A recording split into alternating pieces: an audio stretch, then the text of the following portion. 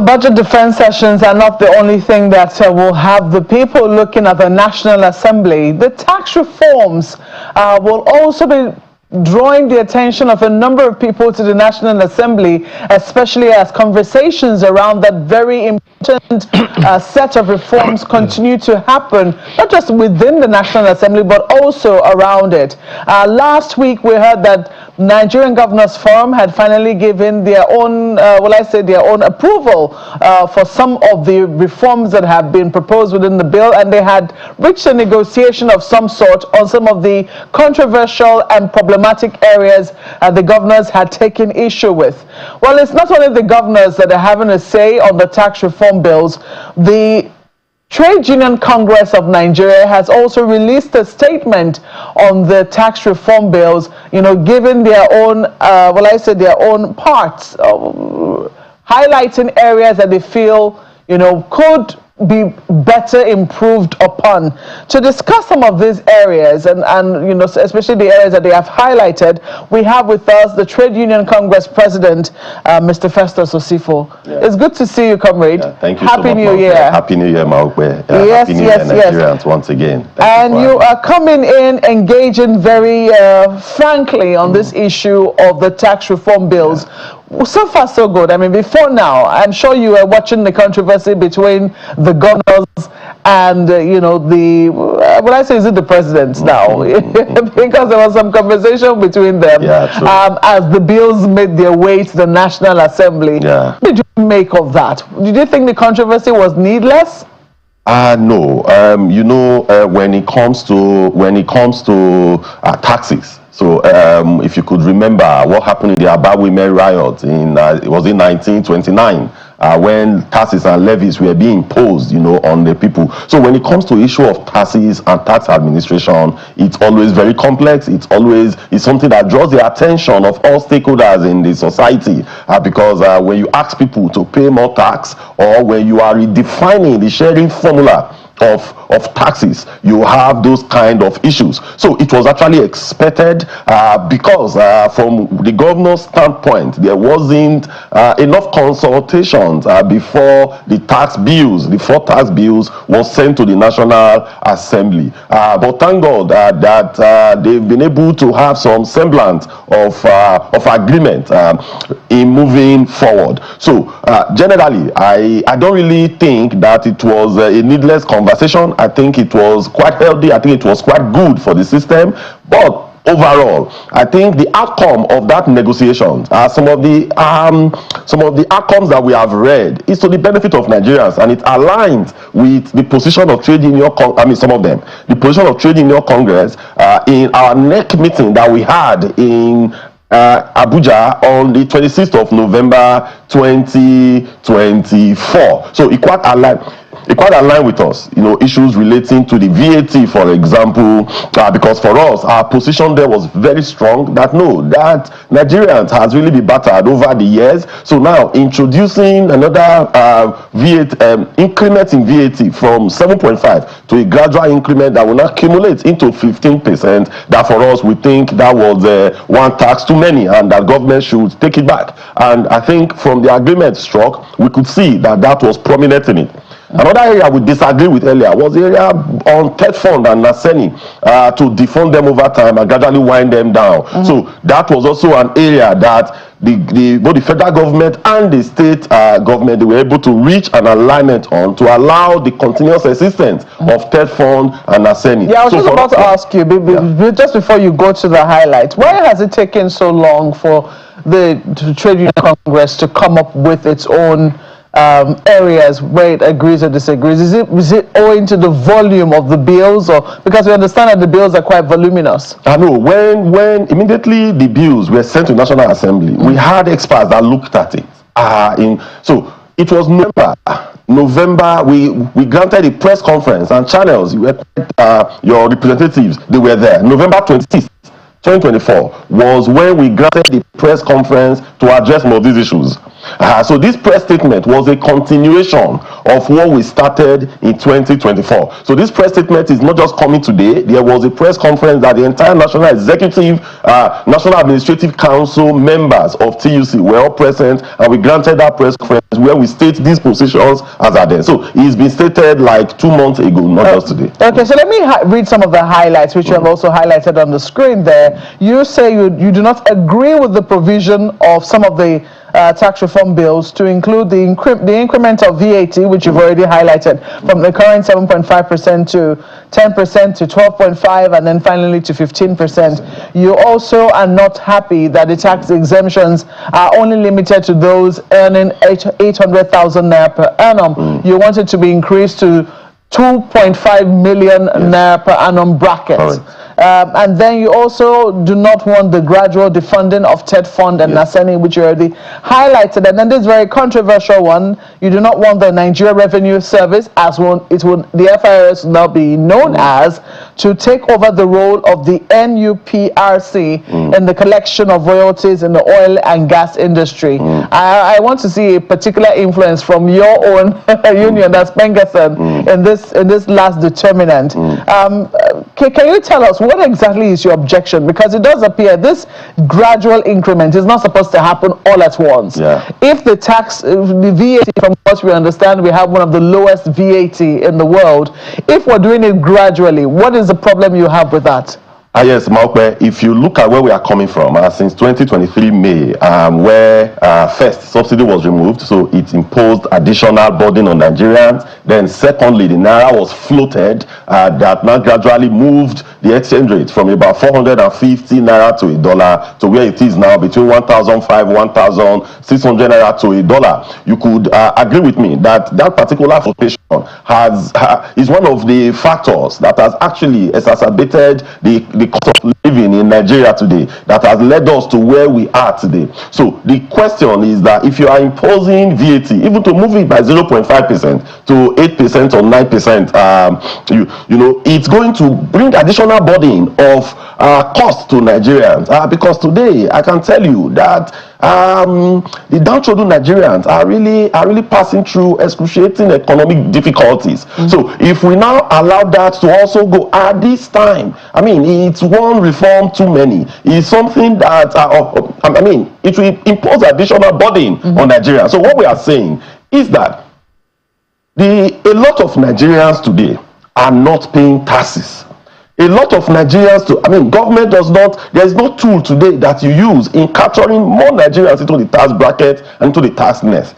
From our study, we believe that it is not up to about 20 or 35% of Nigerians and businesses who ought to pay tax that are paying tax with the current law. So why can't government, for example, expand the base, bring in more people into it? Because all you want is revenue, right? So if you bring in more people into that tax net, you should be able to collect more taxes. And if you also look at it, a lot of those taxes that are collected, when we talk about multiple taxations, if you go to like states and local government, a lot of those taxes does not even find a way into federal coffer. That is why when you see a particular governor, the governor will come and say, I just came in 3-4 months into my administration, I have increased the tax collection by the time generated revenue by over 100%. How did they do it? Was it magic? No. All they did was that they made the system much more efficient to bring in more people into the net. So what we are saying is that there should be much more better efficiency in the tax collection system so that you will bring in more people. If you want to impose such thing, it is not just now in any way, because it will further bring about more pains for Nigerians. What about the argument that a lot of the items that people used to pay VAT on have now been exempted, that essential items which the poor really need and everyday Nigerians need, for instance, pharmaceutical products, baby food, this and essential items have been exempt from VAT, and that should naturally take care of those who are in a very vulnerable category. That those who really feel the import of the VAT are businesses, and also those within a particular bracket who can afford extra luxury items. So if the VAT it's only on luxury items, if it's only on luxury items, then we we wouldn't have much challenges. But if you look at it, Maupe, if you do a transfer today of 5,000 naira, 2,000 naira to your loved one, you're going to pay VAT on it. So you pay VAT according to the proportion of what you send. But in that category is almost constant. So you are going to pay VAT on it, even if you do a token of 2,000 naira transfer to your son who is in the university, to your child who is somewhere that needs help. You pay VAT on it. So it is not just for luxury items alone. If it is luxury item, then we could have a better conversation, because for us, all we are after is those things that will affect the downtrodden workers and the downtrodden Nigerians. So maybe we can look at those items and we expand it much more, because there are a lot of other taxes, items that VAT is being imposed on, and that the masses will bear the burden. It is not just luxury items alone. Well, this bracket, this 800,000 naira bracket, which you're seeking to expand to 2.5 million naira, some people will say that it's a bit tricky, in the sense that a lot of citizens, the contract between citizens and the government is that, you know, people should be able to pay taxes, and as such, it makes them want to question what it is that you know, the government is using their funds for, no matter how little they're contributing to the general purse. So if you increase the tax bracket, the tax bracket of those who are exempt from paying taxes, some people will argue that that is going to affect a lot of people, particularly in areas where people do not really earn much. It will mean that a lot of people will now become exempt. Don't you think that there must have been some research that would have, you know, prompted them to say, oh no, it's only those who earn, say, 800,000 naira and less that should be exempt from paying taxes? Maupe, if you take 800,000 naira and you divide it by 12, you see that it's less than 70,000 naira minimum wage. So what that means is that even with the exemption, someone earning 70,000 naira will still pay tax, because you have 70,000 naira times 12. That is going to give you about 840 million naira. You know, one of the arguments that came when we were debating on the fuel subsidy removal, one of the arguments that came then was that, oh, no, we are subsidizing the rich and not the poor. That we will find mechanisms and tools with which we will support the poor. Maupe, someone earning 2.5 million naira today in Nigeria is relatively poor. That will give you somewhere around 200,000 naira per month. If you earn 200,000 naira per month today, you may spend half of that money in transportation costs, depending on where you stay. When you're not talking about housing, you're not talking about clothing, the three basic necessities of life, it may be difficult for you to even live. So let's not look at the volume, but let's look at the value. Today, I say about 4 or 5 years ago, if you talk about 200,000 naira, you could say, okay, relatively, this is a huge amount of money. But today, when you talk about 200,000 naira, it is a far cry from what the value was as at even 2 years before now. So that is why we feel that the people in that bracket, that things are relatively difficult for them, and that because government has said in the past that, okay, we are looking for mechanisms with which we will take care of these people. Government today bring palliatives. Government today bring different measures to cater for the downtrodden. But this is one thing that we get directly to them. This is one item that, if implemented, you will not have people at the stopgap, people in the middle, that is going to siphon the money, because it is what you earn and it comes directly to you. So 200,000 naira is something. Let me be very specific. If you were to divide 2.5 million naira by 12, what you will get is 208,333 naira.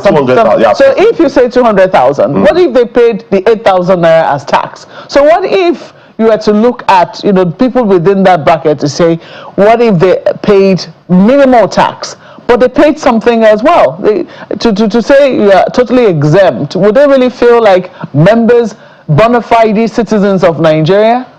You know, in negotiations and in trade union activities, you don't come up with your barest minimum.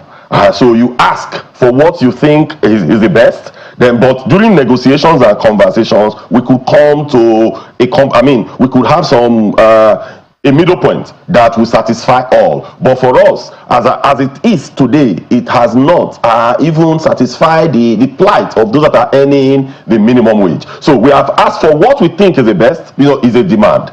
Is a push from us, but we will have multiple conversations with both those in the executive and those in the legislature to now look for a middle point that we think will be right for Nigerians. In other words, all of these, your demands are subject to negotiations. I know there's nothing that is actually cast in stone. There's nothing that is cast in stone 100% to say either you do this or no. It's not like that. When you come up with sets of demand like this, some of them that are there, we think that some of them are really things that government could implement without any issue, but a lot of them as well, I mean, one or two of them are subject to some form of conversations. I mean, they also need to explain to us the rationale behind this. We will also let them understand what we think government could do that will make the plight of Nigerians better. Because you agree with me that the value of our currency, I don't want to use the word eroded, but the value of our currency has declined significantly. That today, even someone any 300,000 naira, you struggle to survive, and the person struggles to live. And that is the reality that we face today as a people. Well, quite a number of issues to take on with you. I want to quickly ask whether, when you look at the broad, because for the governors and the executive arm of government, that's the federal government, the bone of contention was really around VAT and derivation, which is usually shared. VAT now, from what we all know, is shared around derivation, is shared around population, and shared around equality. And the governors have come up with a formula they think is still favorable. They want population to be decreased by 10% and then derivation to be increased by 10%. The federal government had initially proposed that derivation should be given a huge chunk of 60%. There are those, as I saw this, it's not me, in the social media space, who have said, why don't we just do it 50-50? To say 50% derivation, 50% equality. That why do we still need this population in a country where population is still a very controversial matter? What is your thinking around that? Yes, for us, we love the derivation-based component that was introduced into the VAT distribution system. Because what derivation does is that it makes the subnationals to be much more serious and to be much more accountable and to be much more efficient and to go about their processes and drive, bring a lot of investors and improve productivity. Because if you, like what was obtainable before, it was really not the best way to go. Yes, it could have been okay if the derivation component is much more higher than what was finally agreed. But you start from somewhere. So for us to have introduced that component of derivation into the process is something that is a welcome development. It has always been there. 30%? 20%. 20%. So now 30% yes. is an improvement from where we are coming from. But it could have been better, just what you said. It could have been better for it to be 50-50. But now moving it to 30 is quite good. But what I would have expected and what we have canvassed for in the conversation we had in November last year in the neck of TUC, what we canvassed for was, okay, if you bring derivation today, say about 60% that was proposed, you may not go to 60% at once because there's going to be shock in the system. So what we could have done is that it could have been graduated over time. So when you now say that, let's assume the bill is passed in the next few weeks and months, and you have about 30%, then 2 years from now, it could have moved to about 40%, then you graduate it to that 60%. So with that, the subnationals, they will be prepared. With that, those that will be impacted will be prepared. Then there could also be some level of cushioning. So that these people will be able to pay salaries. But we strongly believe that when the necessary adjustment is made to this tax reform, these tax bills, the pile will increase, and the monies that will be available to subnationals from the Nigerian Revenue Services, as the case may be eventually, would also increase, so that they will be able to meet their obligations. But if we have graduated it from what has been placed there now to 30%, or rather what has been agreed is not being approved by National Assembly as 30%. So if it's graduated over time, maybe between now and the next 5-6 years to about 60%, so that it will give time to the subnationals to actually prepare and accommodate the shock. Well, I do know that I also have questions for you. Over to you, Ayo. Thank you, Malkwe. And I'd like to take it from the subnationals that you talked about, Mr. Usifo. More money is going to go to the states as a result of these initiatives, but it will seem like your position, the position of the TUC, doesn't include anything around accountability, so as to maximize the productivity that is expected to come as a result of this increased resources to the states.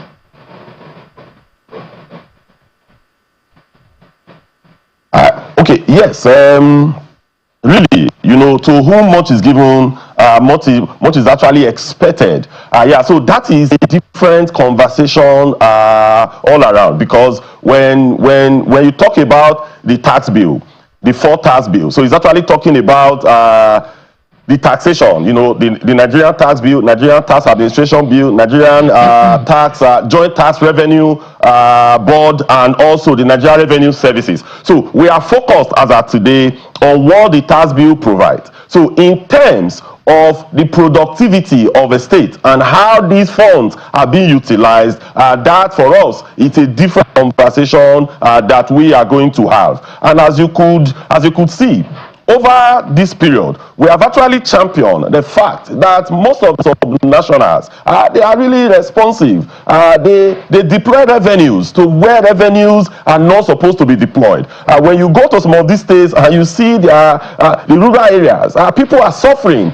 People are passing through excruciating difficulties, but they spend money in building flyovers as if that is where life ends. They count the number of flyovers they've been able to build in a state where there are issues around maternal mortality, where there are issues around primary health care, where there are issues around primary education. So that is the misplacement of priority that has occurred in some of the subnationals, both the government, the state government and the state. So these we have highlighted over time, but this one specifically is focused on the 4 reform bills that are before the National Assembly. But that conversation is a conversation that we have started, and is a conversation that we are going to deepen further. And a lot of our state chapters are in labor as well.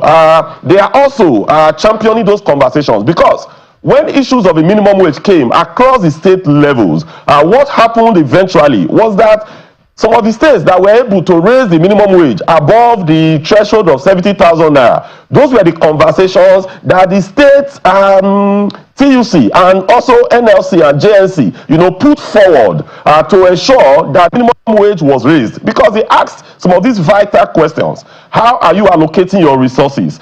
Today, the money that is available to you, both from the federation account and internally generated revenue, has doubled. How has this affected the lives of the downtrodden Nigerians? Mr. Usifo, my apologies for butting in. One would have expected that those questions would have come up before now, because yes. On the one hand, the TUC is saying, okay, we're making certain demands that will affect workers, and of course that is justified. That's your job. At least that's what you want to happen. But then there have been additional resources to states over time, and we haven't heard the voice of any labor organization or labor body as a result of that. There is a position in the public that there are some states that still couldn't pay the previous minimum wage, can't still pay the current minimum wage, and now you are asking that some reductions should come from what is supposed to go into whatever development should come from the states. Yes, Ayo, there is no state today that cannot pay the current minimum wage. As we speak, almost all states, maybe apart from all states paying that minimum wage right today? Yes. So as of today, we are doing collation from our last NEC meeting that we had in November 2024.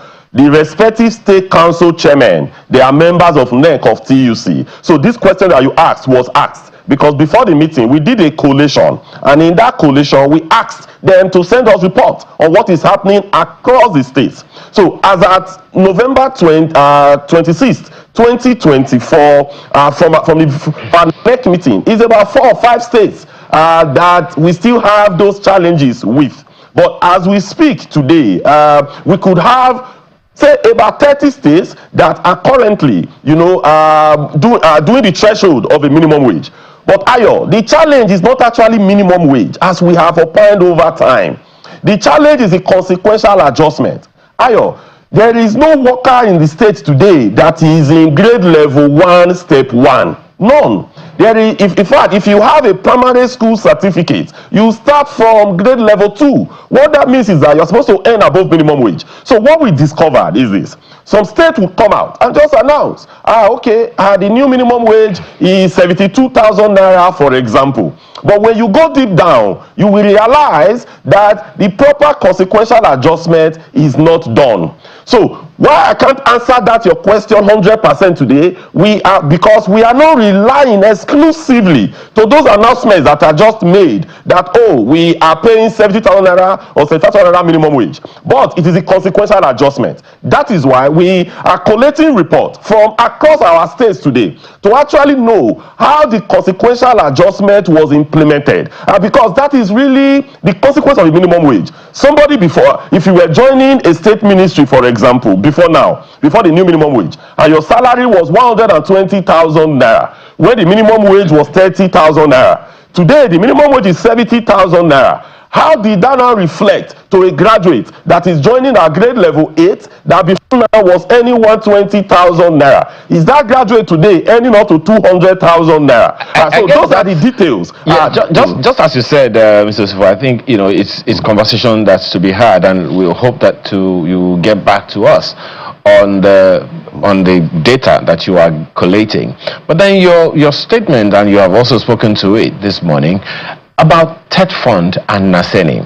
Now, the question that I would want to ask is, because one of the issues a number of people over time, and I'm sure you're aware of that as well, have had is whether or not there is significant accountability, for which reason the federal government have thought that, maybe we need to begin to make some adjustments so that we can do do better in the future, not too far away. So if you were to make any suggestion, what accountability frameworks do you think can be introduced to ensure that TET Fund and Naseni are used effectively for the expected educational and technological improvements? Yeah, thank you so much, Ayo, for that question. Because at times there is the old saying that you don't throw away the baby with the bathwater. So let's assume before now that you have issues of accountability with TET Fund. It does not necessarily mean that because you have issues of accountability, you have to now let TET Fund go. Because as has been opined from all quarter, when you go to various institutions in Nigeria, you are going to see in fact the project that you will see maybe in the last decade is attributable to TET Fund. So what all parties should do is that let TET Fund exist, but the accountability model and matrix can be deepened further. Today, the oil and gas industry, for example, we have the PTDF. PTDF, they've done marvelously well in terms of training in the oil and gas industry. There are some matrices that they have used. You have never heard of any scandal regarding PTDF. They have been extremely accountable, and they have been keeping their books right. The funds that they get, they deploy it, and at the end, it's properly accounted for. So we could export such model that PTDF is using today. We could export that to TET Fund as well. But not to say, because TET Fund has had some issues over time, we should just wind it down. Because our fear is that that may affect the quality of education even beyond where it is today. You could agree with me that even with the intervention of TET Fund, we still have major challenges with our universities. But if you not remove that, where are we now going to be in the next 4-5 years? It raises that question again. My apologies, Mr. Osin. It raises that question again and again. It's not the first time that we've had interventions of various agencies of government and even private sector organizations, in developing or improving our educational infrastructure in the country. What do you think really is lacking? Is it a problem of coordination, a problem of direction? What exactly is it that is hindering our investments in particularly tertiary education? You would agree, Mr. Usifo, back in the 80s, in the 90s, the federal government sourced the brain of this nation from these institutions. So, and there are those who will tell you that we have lost a lot as a result of that. What is lacking? Why are we so backward in that regard? And with these initiatives that are coming up, what's going to be different? Yes, Ayo, our education today has actually gone down south. No, like I can almost say that all of us in this studio, we probably attended a public funded primary, secondary, and universities. I told people that then in my primary school, you have children of the permanent secretaries, children of commissioners attending primary school. That was a government owned primary school. But today, do we really still have a viable government primary school? So ditto secondary school and at 12 university. So the greatest challenge that we have seen in terms of these schools is two things. One, funding, and secondly, accountability on how those funds are being dispensed. Today, we have some universities in Nigeria whose internally generated revenue is quite humongous. But at the end, these monies are not properly accounted for. So funding is one of the major challenges. If you check our budget, for example, if you take the entire fund that is being budgeted for education sector to pay both for recurrent and capital expenditure, if you take that entire fund and you put it into our universities alone, without paying salaries, they will not move an inch. They will not be able to deliver. So the funding is a major issue, but even the funds that are being released, how are they being spent? Where are they being channeled into? And that is why we have also, over time, you could see ASU, they've also been at the forefront on not just funding. Funding is good, but where will that fund be channeled to? How are that fund, the mega funds that are being released, how are they being spent? For example, Ayo, you are setting up a governing councils in universities, and the governing councils in universities are largely politicians. What do you think is going to happen? When you have great minds, when you have people of intellect, people that really value what comes out from the universities, you let them out. And you brought in politicians to lead those institutions. Check those governing bodies. You are going to see some of them are politicians that have contested elections before, they have lost. A lot of them are people who ought not to be there. So how are they going to govern? That is why when that list came out, there was challenge from the labor body. Both NLC, TUC, and ASU, Konoa, they all came out and said, no, this particular list is filled of politicians. So those are some of the challenges that we have. But in terms of funding of education, is a conversation that we need to sit down and have deeply, because the state of our education today is not just to graduate and come up with a certificate that is really worthless in our view. You know, you're asking the same questions that I'm asking Mr. Usifo. I mean, for which reason, some would say, hey, maybe that was the reason or one of the thinking behind the NEL Fund initiative. Well, as you said, conversation for another time. Well, one other issue that I'd like to raise with you is the framework for oil revenue management that you also included. Of course, in critiquing the royalty collection changes, the TUC suggests frameworks to enhance transparency and efficiency in oil revenue management and uses. So one would have expected that you would make such suggestions. How to enhance transparency and efficiency in oil revenue management, or even alternative uses of oil of these funds for national development. Or you deliberately left that out? No, like I said, the focus, it depends on what you are speaking to. The focus on this really is not how the revenues will be managed. That is a conversation that we have had and will continue to have. But the focus on this is looking at the bill today. looking at the bill today, so if you check, for example, if you look at section 2 to section 3 of the section 2 to section 3 of the Nigeria Revenue Services Establishment Bill 2024. That section, and also if you now also go to section 88 subsection 1 of the Nigerian Tax Administration Bill, you are going to see that they have moved the provisions that we have in the PIA. They have moved those provisions to the Nigeria Revenue Services. And section 198 subsection 1 of the Nigeria Tax Bill has repealed the fiscal terms that we have in the PIA.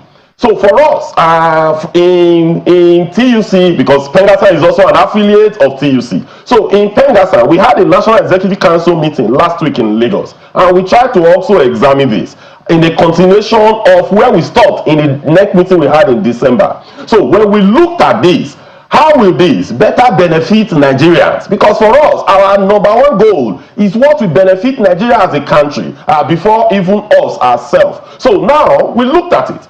When we looked at it, the royalty has been computed today. What are the challenges with it? What is the problem that this bill is seeking to cure? So when we examine it completely, because if you look at royalty is the proportional value of the oil and gas that is being sold. So there are formulas you use in calculating it. You look at the price of crude, you look at the API gravity of the crude, you look at the quality of gas. I mean, all these are looked at, and also the volume that is being sold. So there's a way you compute all these. So in computing it, you need some technicality in getting this done. So today in NUPRC, that function, they are saddled with that responsibility as it stands today. So when you completely look at it, you see that, okay, how is it be done? A company will come, they will take oil, right? So in that oil, you have to do your calculations to know the quality of oil they are taking. They will now do a self-assessment. So when they do a self-assessment at the end of the month, then they will not pay royalties. But there are a lot of reconciliation that do take place. So in that reconciliation that takes place, you are going to have a to and fro interplay with all the various units and departments within the NUPRC. So now, in computing royalty for us, it is very technical. So if you now want to move that function, so what part of that function is going to be moved to the Nigeria Revenue Services? How are we sure that at the end, the IOCs, these indigenous oil and gas producers, they will not shortchange Nigerians? How are we sure that when you are doing reconciliation, so those various interplay, what will be the interplay between the Nigeria Revenue Services and NUPRC? Is this not going to be another duplication that is going to affect that sector? Is this not, because today, NUPRC does not collect that money and put in their account. What they do is that they carry out these processes, then the money eventually, the royalties that are being paid, the gas flare penalties that are being paid, all of them are paid into federal government accounts in JP Morgan. So the question we are asking is that one of the tools that is being used in administering the royalty is export permit. So who is going to be issuing that export permit? So the basic form, who is going to do that fiscalization, and that who is going to trace from the terminal? You have done exports, right? So now, when you are doing that reconciliation, you need to go to the terminal to get some certain values. You need to trace it to the wellhead. Then from the wellhead, you now need to do further oil and gas accounting in order to arrive at what the right royalty should be. So the question that we are asking is that all these should be properly tailored out so that it will not bring about disinvestment in the oil and gas industry, and it will not hamper, the regulations that we have today in the oil and gas industry. But thankfully, we'll be having a meeting with those in authority in the next few days, where we'll sit down and look at all these, and all our gray areas will be put forward, and we also expect that they will come up with their position and we'll have a middle point and a way out of it. So the question for me is, where are you putting forward these gray areas? Because you've asked very important questions about, this very last point which you've raised, which is the NUPRC. The question is, where are you putting forward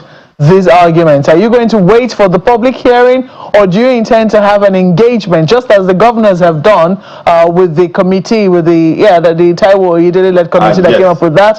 What precisely is your modus operandi? Yes, our modus operandi, we started it before now. Just late last year, we had engagement with I had engagement with the chairman of FROIS and his team. So we had some conversations.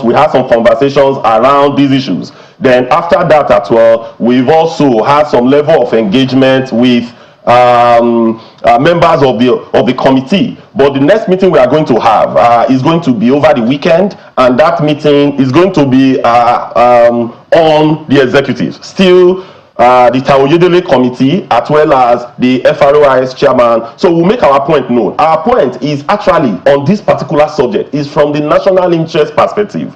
It is not about how it will affect any individual in NUPROC or Pengasa, but how should we push this forward so that Nigeria as a country will not be shortchanged, so that when we pass this bill, we will be better for it, so that we will not come back in 6 months' time and start re-amending the act again. You remember, Mape, I was in your studio when we were discussing then about double regulator, both the upstream and downstream. We came and we said international best practice is that you have one single regulator for the entire oil and gas industry. But we went to public hearing, we canvassed for it, but in their wisdom, they shared it into 2. I could tell you that has not really worked too well for the Nigerian oil and gas industry today, because the high value that we saw before the PIO was passed is still there. So now introducing a third leg to it will lead no further disincentivize those that want to invest in these sectors. So those are the issues that we'll be championing. We'll be having engagement over the weekend.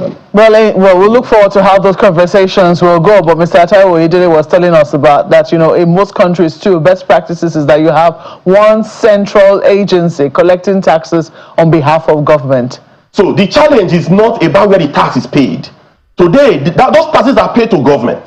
So if, for example, Nigeria Revenue Services want to open dedicated accounts for the monies to be paid into, is welcome. But what we are saying is that the expertise that is involved in doing these reconciliation calculations, it is deep in the oil and gas industry. So that is our own concern. Well, we'll see just how far your negotiations go with the National Assembly and also the Taiwo Oyedele-led organization. We have to thank you so much for coming on Sunrise Daily this morning. Mr. Festus Usifo is the president of the Trade Union Congress. Are you still the president of Pengasa? Yes, correct. He wears many hats. Yeah. Well, we'll take a break at this moment. Yes, we're still going to be talking something very closely related to business, and we're going to be looking at the outlook for rebased GDP data. That's what Ladi will be taking you through on top of the hour with Business Morning on Sunrise Daily. Please stay with us.